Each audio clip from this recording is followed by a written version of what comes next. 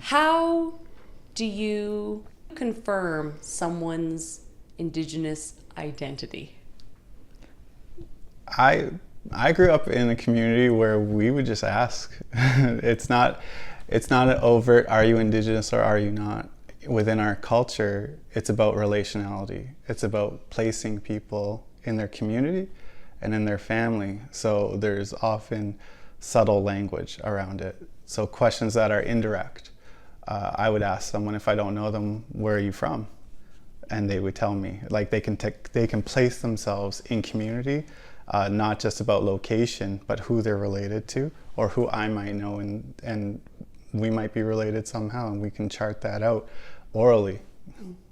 How much weight do you put on blood quantum? Blood quantum is something that was introduced in the Indian Act, and its intent was violent. Its intent was to wipe out our people. The intent around blood quantum was to reduce, or to say you're not full, therefore you're not part of it. That's something that was part of the Indian Act, and there's a history of human rights discrimination when it comes to blood quantum. Personally, I don't put as much into it. I would discredit it if I could. To me, nationhood is more about your recognition. It's about your social relationships. It's about your history. It's about not only what you bring, what you take from others, what you bring to others. It's the sense of community. I would say, in terms of like determining race, determining nationhood, I would put the least amount of stock into blood quantum. And what would you put the most stock? Recognition within a community? Relationality, family ties. Does the community recognize you and your family? Are you accepted?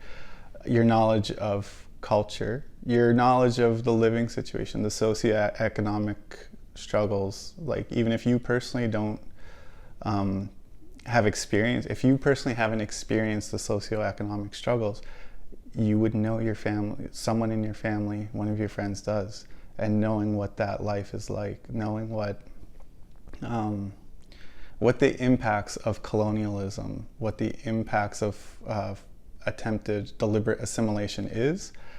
I would say that it's not so much recognition of one another as people, recognition of life experiences and appreciation of that, and that recognition of dignity. That's what's most important personally. On a broader scale, do you follow cases of so-called Pretendians in academia? Is that something that you see? And what are your thoughts on that? That's the Pretendian issue is popular. It's contentious. There's a lot of conflict in it. I know. I see that. Especially in academia, I see it on social media a lot. There are groups of people who are calling it out. There are groups or individuals that are defending it and calling into unpacking the violence that comes with identity, especially around Indigenous identity in Canada, where it's been determined by the Indian Act for so long, which is, in my opinion, all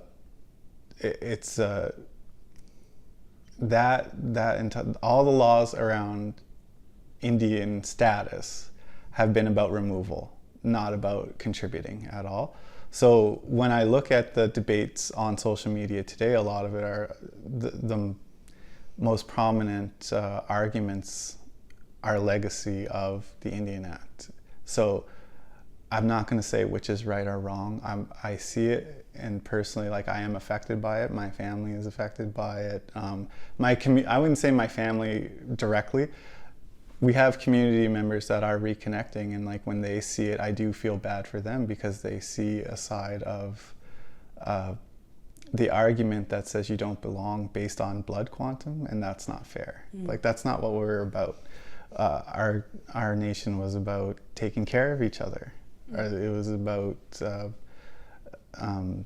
survival, right? And not just in the day-to-day navigating the climate or the weather, as much as what I can rely on you when I need you, right? Interesting. In this case that we're talking about today, we're talking about a president at a university who, for a number of years, said she was a member of Labrador First Nation, which we know isn't recognized by the federal government. But to the best of your knowledge, is this a group that you see as a First Nation, as a Migma group? No, where I come from in Membertou, like we visibly see the signage around Labrador First Nation or what they're asserting. I don't know anyone from that community. I haven't spoke to anyone about like what the foundation is of the community, where like what the history is. I know that like having not seen them, you know, they're not visible in the work.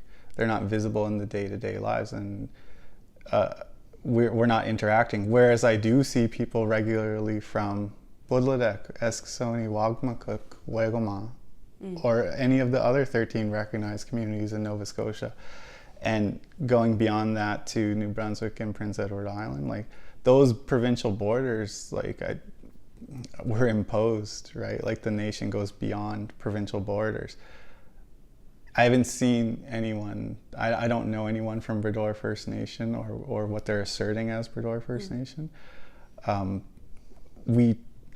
In my experience, we just know that they're not Migma, and we don't really pay attention to them. And it's almost like by participating in a debate of whether or not they are gives them more like a spot in a discussion that they shouldn't be part of, I think. So in my experience, they've been ignored. Like they're not present. So no. So I mean, you're very familiar with, you know, different Mi'kmaq communities, obviously. But I think from anyone from the outside, if they see that someone is a member of a First Nation, I guess you would assume that person is Indigenous.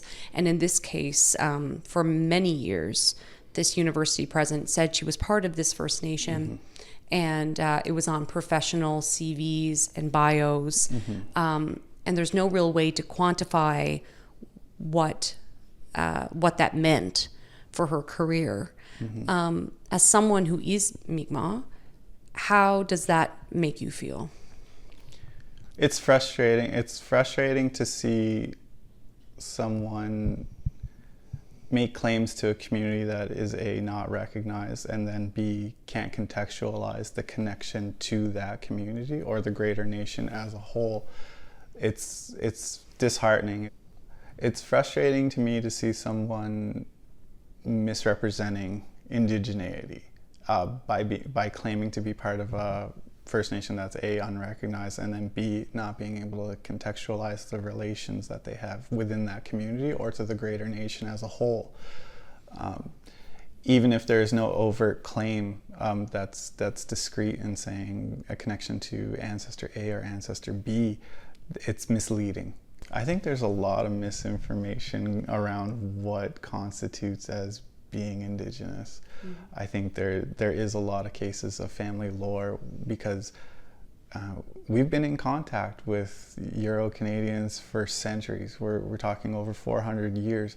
There's going to be a lot of people with ancestry or claims to ancestry. We were never against those friendships and those relationships between Indigenous and non-Indigenous people here in Mi'kmaq on our side. We never said that you're no longer part of the community because one of your parents is not. That's never been the case. We didn't create any new categories of people or new categories of Mi'kmaq. They were always part of the community and accepted as full. That's been a traditional practice. So as we go on through generations, there are going to be people that assimilated out or are mainstream Canadians, and that's fine. There's nothing wrong with that. But to come back, and this is where I think the issue of connecting and reconnecting is so is delicate, I guess, is what I'll say.